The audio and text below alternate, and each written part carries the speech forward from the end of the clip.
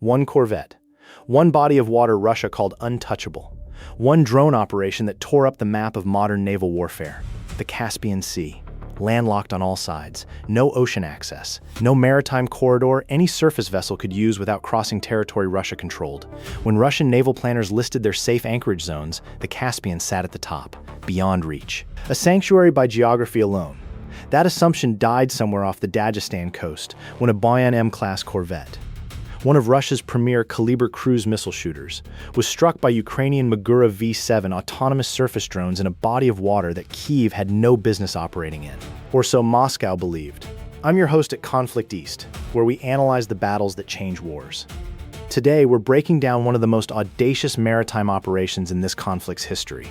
Not because of what was destroyed, though a Kalibr-launching Corvette is no small loss, but because of what was proven. Ukraine's drone operators have extended their reach into waters Russian strategists had written off as permanently safe. The geography Moscow relied on for sanctuary has been violated. No Russian warship, anywhere on the Eurasian landmass, can now consider itself beyond the range of Ukrainian ingenuity. Stay with us. The strike itself is only half the story. The logistics chain that placed Magura V7 drones inside the Caspian, crossing borders, avoiding detection, threading through choke points Russian intelligence was watching. That is the operational miracle that makes this attack historic. By the time this analysis is done, you'll understand not just what happened off Makhachkala, but why it signals a fundamental shift in how Ukraine is fighting this war. Let's start with the target. The Buyan-M Corvette is not a large vessel.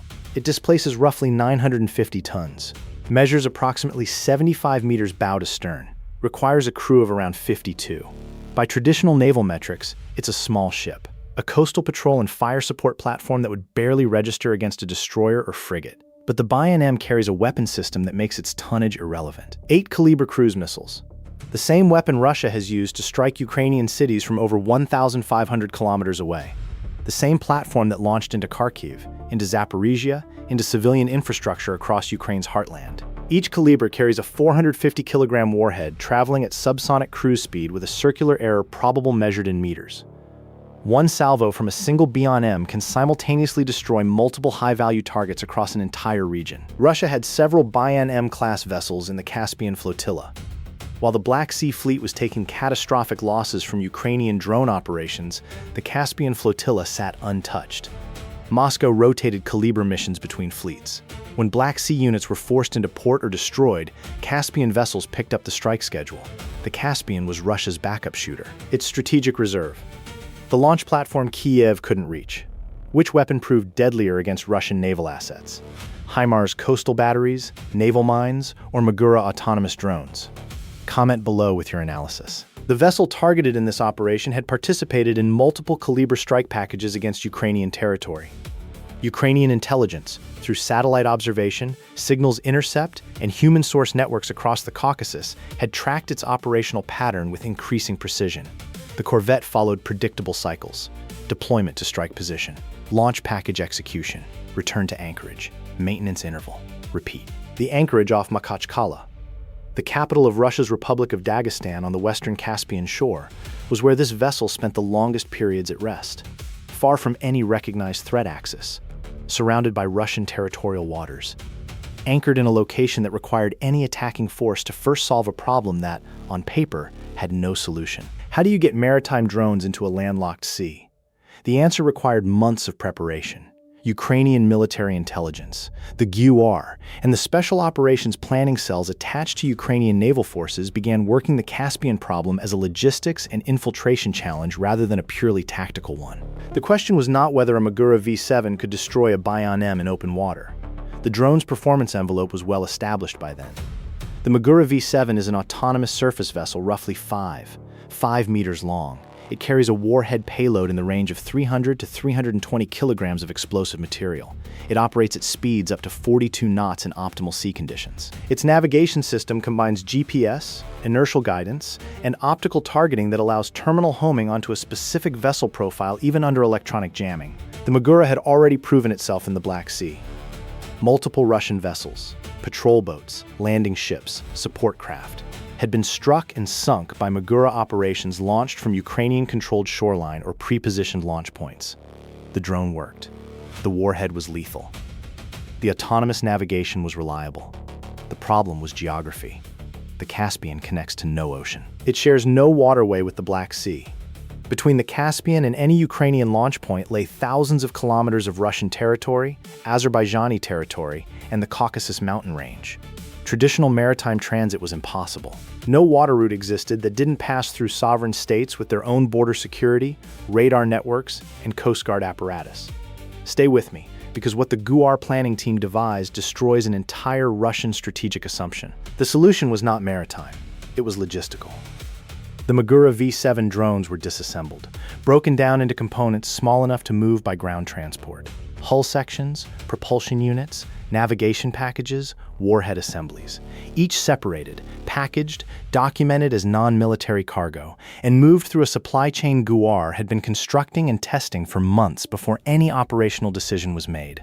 The route involved multiple transit stages through sympathetic networks. Ukrainian intelligence assets, operating through cover identities and commercial fronts, managed the movement of components that individually raised no flags but collectively represented one of the most complex covert logistics operations of the entire conflict. Azerbaijani territory was crossed under documentation that concealed the true nature of the cargo.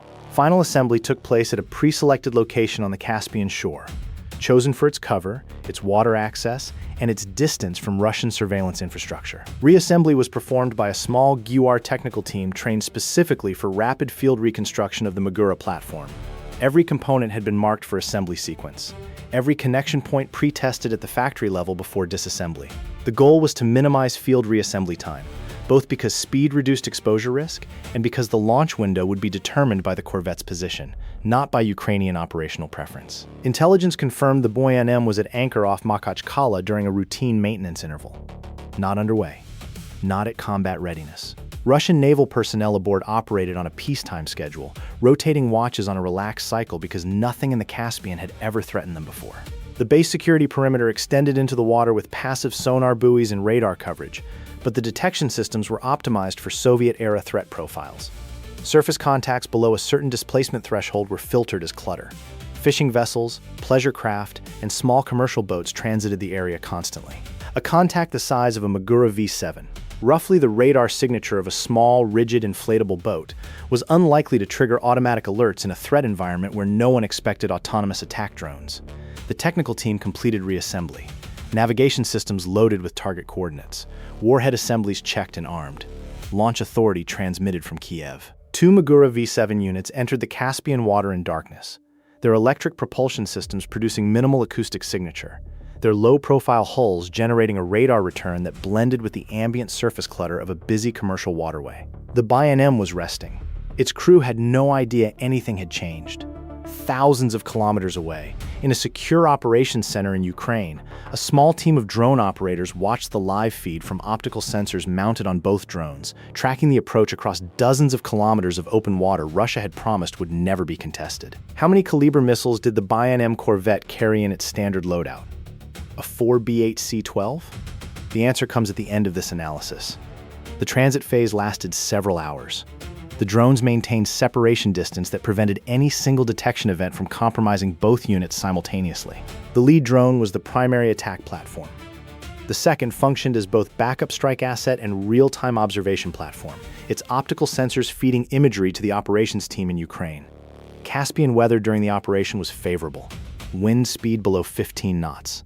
Moderate surface chop. Pre-dawn atmospheric conditions compressed the optical horizon and scattered radar returns across a wider noise floor than daylight operations would have produced.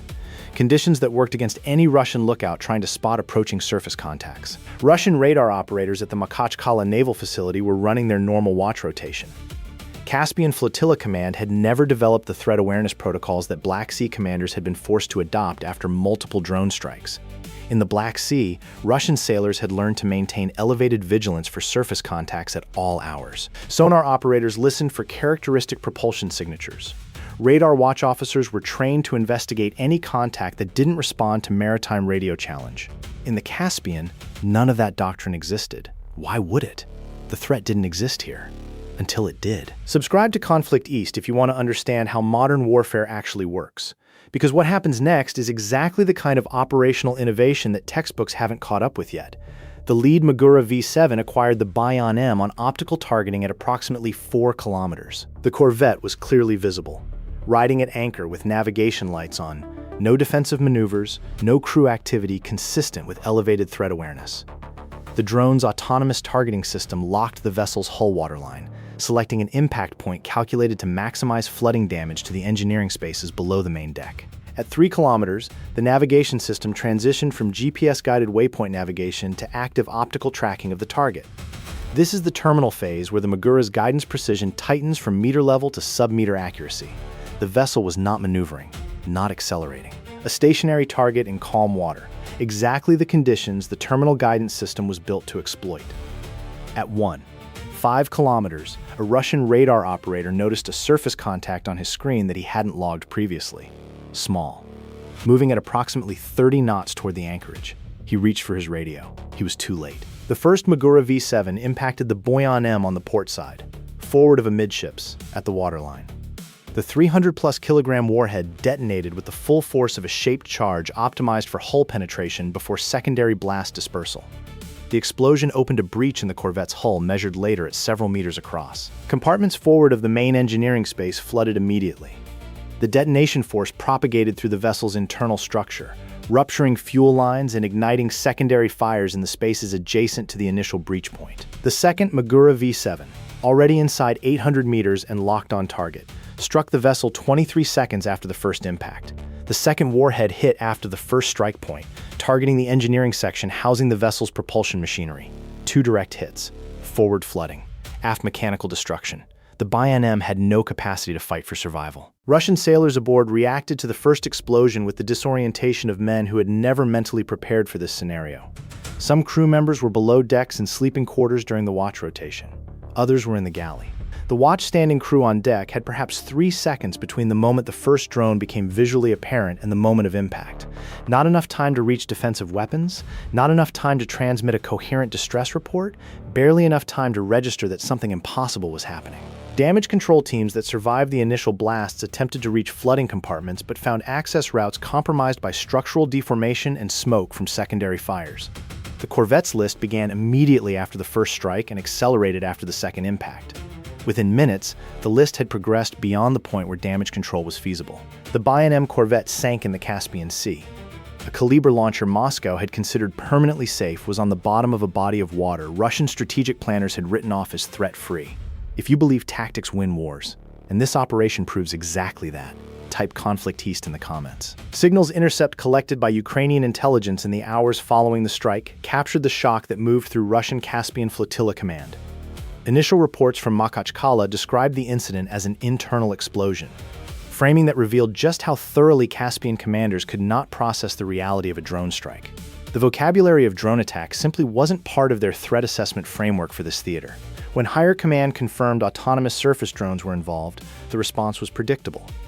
Immediate demands for explanation of how Ukrainian maritime assets had entered the Caspian.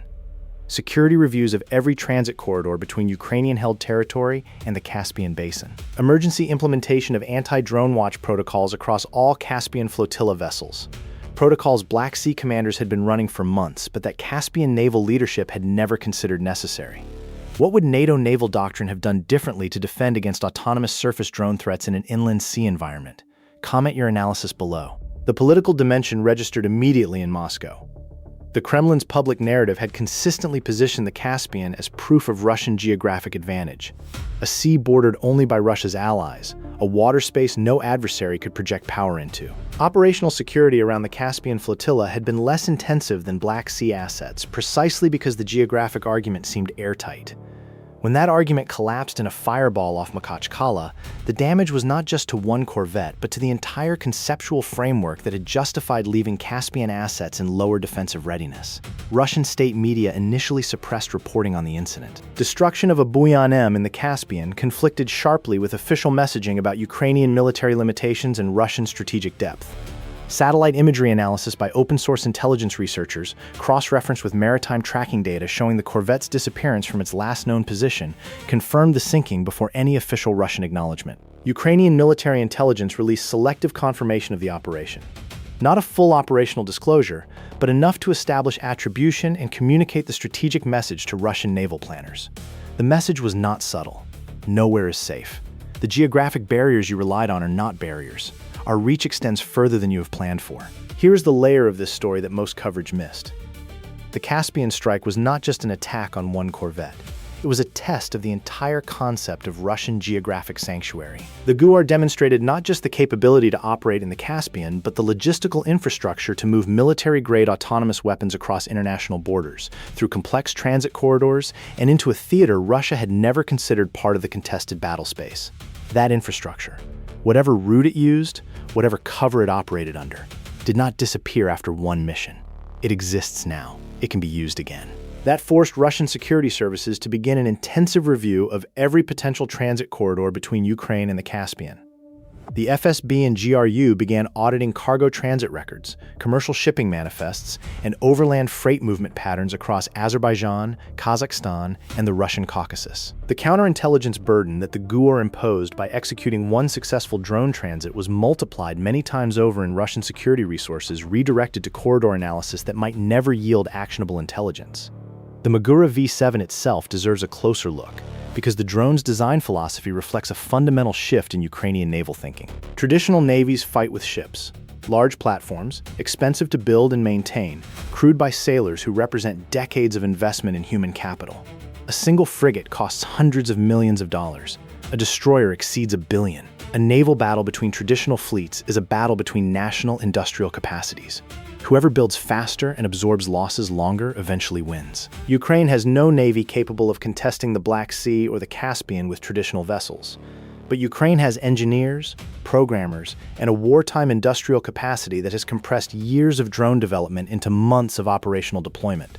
The Magura V7 costs a fraction of a single Kalibr missile. It requires no crew in direct combat. It can be built, assembled, launched, and replaced faster than Russia can establish the defensive protocols needed to reliably counter it.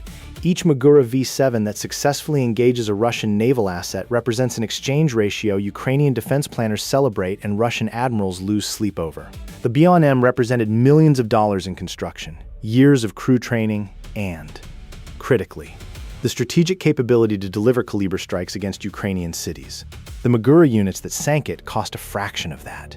2 autonomous drones eliminated a platform that had launched cruise missiles at Ukrainian civilian infrastructure. The exchange ratio was not just financially favorable to Ukraine, it was operationally catastrophic for Russia. Consider what the Caspian Flotilla faces now. Every remaining vessel must be assumed potentially vulnerable. Patrol protocols relaxed because the threat didn't exist must now be maintained at Black Sea intensity. Crews that operated on peacetime rhythms must sustain combat watch rotations indefinitely. Anti-drone detection systems must be sourced, installed, and crews trained in their operation across a fleet with no prior experience with the threat. All of this consumes resources, budget, and human attention that was previously available for other purposes. The Buyan-M at the bottom of the Caspian is no longer just a sunken ship. It's a constant reminder to every Russian sailor in the Caspian Flotilla that their predecessors died in a location they were told was safe.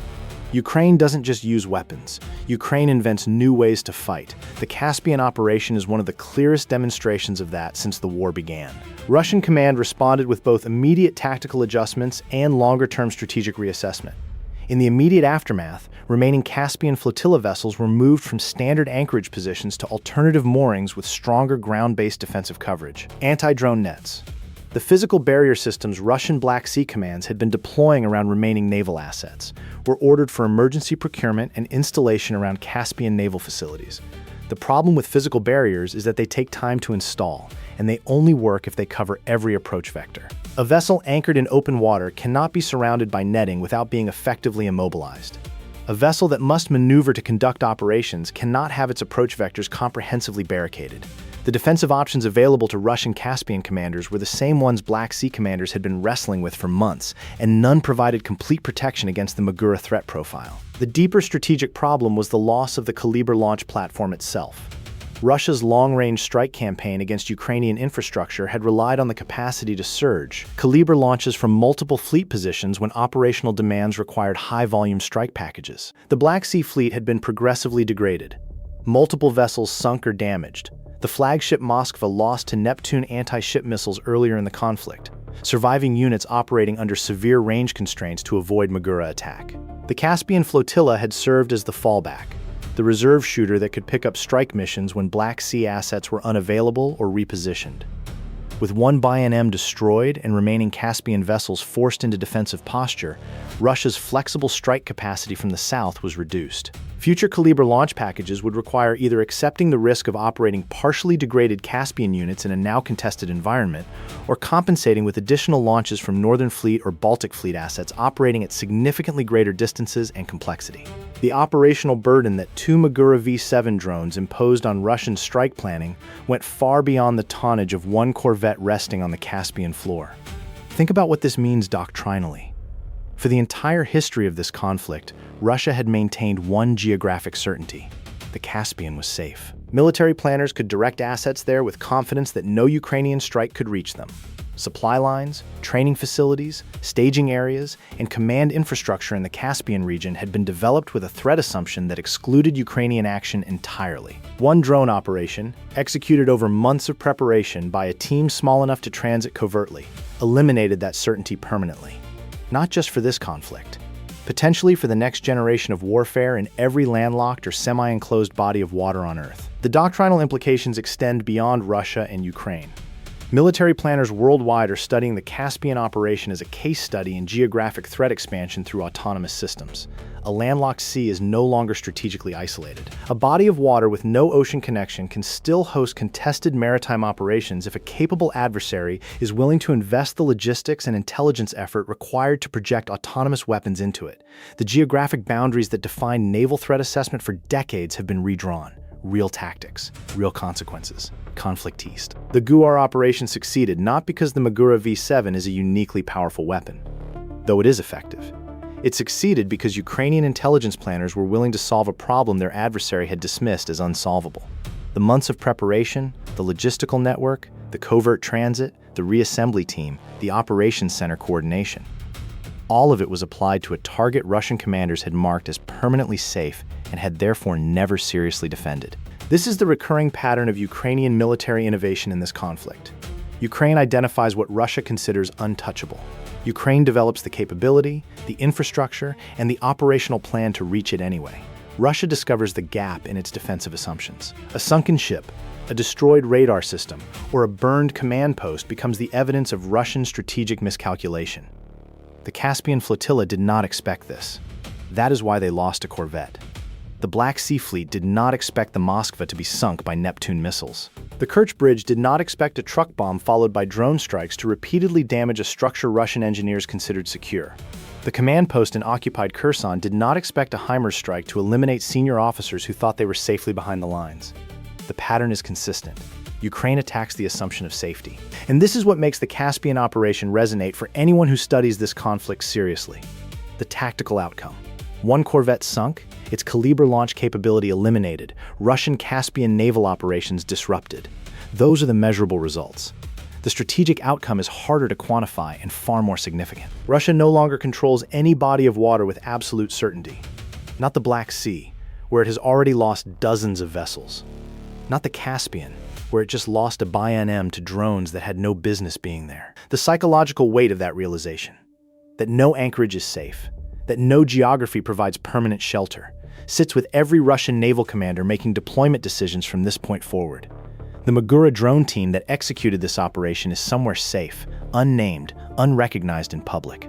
But they deployed autonomous systems across thousands of kilometers of hostile territory, solved a logistics problem that military doctrine said couldn't be solved, and sank a Kalibr shooter in a sea Russia called its own. That is a chapter in naval history, now. The answer to the tactical quiz from earlier in this analysis. The Buyan-M class Corvette carries 8 Kalibr cruise missiles in its standard loadout configuration. Option B was correct. 8 launch cells, each capable of firing a 3 M14 land attack variant with a range exceeding 1,500 kilometers and a 450-kilogram warhead. 8 missiles that will never be fired at Ukrainian cities from this vessel. 8 potential strikes against civilian infrastructure, eliminated by 2 Magura V7 drones operating in a body of water Russia promised was impenetrable. The answer also matters because it illustrates the force multiplication inherent in maritime drone operations. 2 drones, costing a fraction of a single Kalibr missile's price, permanently eliminated 8 Kalibr launchers plus the platform required to deploy them. That exchange ratio alone makes this one of the most cost-effective strikes of the entire conflict. Was the GUAR's decision to invest months of preparation in a single Caspian operation the right allocation of intelligence resources? Could Russia have prevented this strike if its Caspian Flotilla command had implemented Black Sea-level anti-drone protocols earlier? And the question every naval analyst is working through right now: what would you have done differently if you were advising Ukrainian special operations on the next phase of maritime pressure against Russian assets? Those are not rhetorical questions. The tactics that answered them here will define how autonomous maritime warfare develops for the next decade.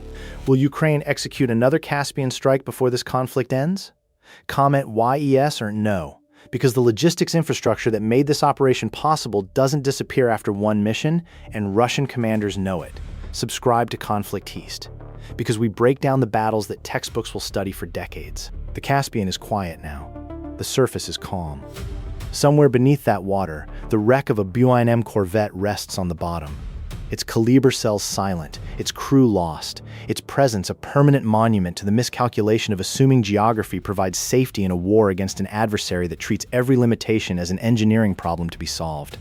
The Caspian was Russia's sanctuary. Not anymore. Real tactics, real consequences. ConflictEast.